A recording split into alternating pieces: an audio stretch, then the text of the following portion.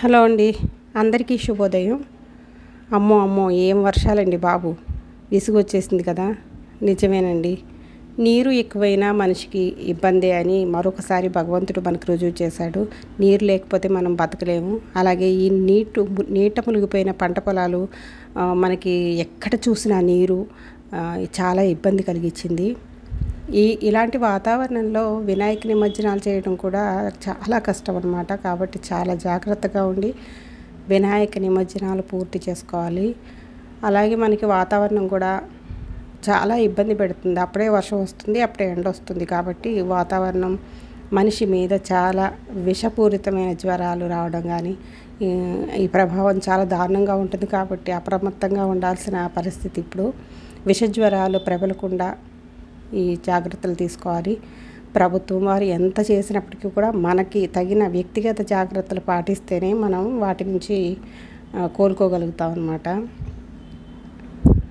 ఎప్పుడైనా కానీ ఇలాంటి వరదలు వచ్చినప్పుడు ఆహారం తీసుకునే విషయంలో చాలా అప్రమత్తంగా ఉండాలి.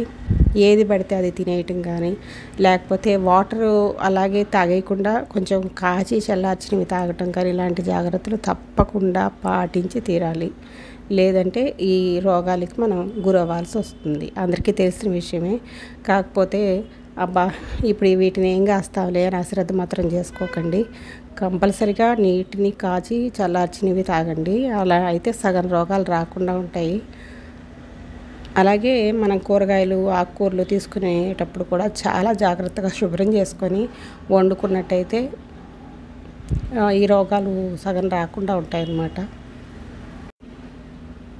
వైరల్ ఫీవర్స్ ఎక్కువ వస్తూ ఉంటాయి కాబట్టి జలుబు, పడిసం, జ్వరం ఇలాంటి వాటికి తగినంత జాగ్రత్తలు తీసుకొని మనకి తెలిసిన ఆయుర్వేద చిట్కాలు ఇంట్లో పాటించడం ఇలాంటివి ఉత్తమం అన్నమాట. లేదంటే ప్రతిదానికి టాబ్లెట్స్ మింగినా కూడా అది మనకు అంత మంచిది కాదు. కాబట్టి ఈ జ్వరం వస్తే, వైరల్ ఫీవర్ వస్తే తప్పదు, హాస్పిటల్కి వెళ్ళి తీరాల్సిందే.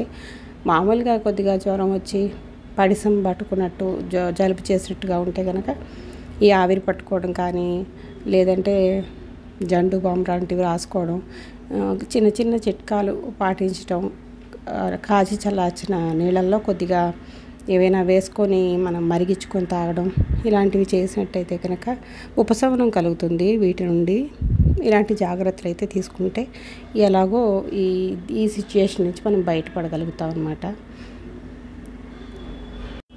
ముఖ్యంగా వినాయక నిమజ్జనానికి వెళ్ళే పిల్లలైతే మాత్రం చాలా జాగ్రత్తగా ఉండాలి. ఎందుకంటే వాగులు వంకులు పొంగి పొర్లిపోతున్నాయి.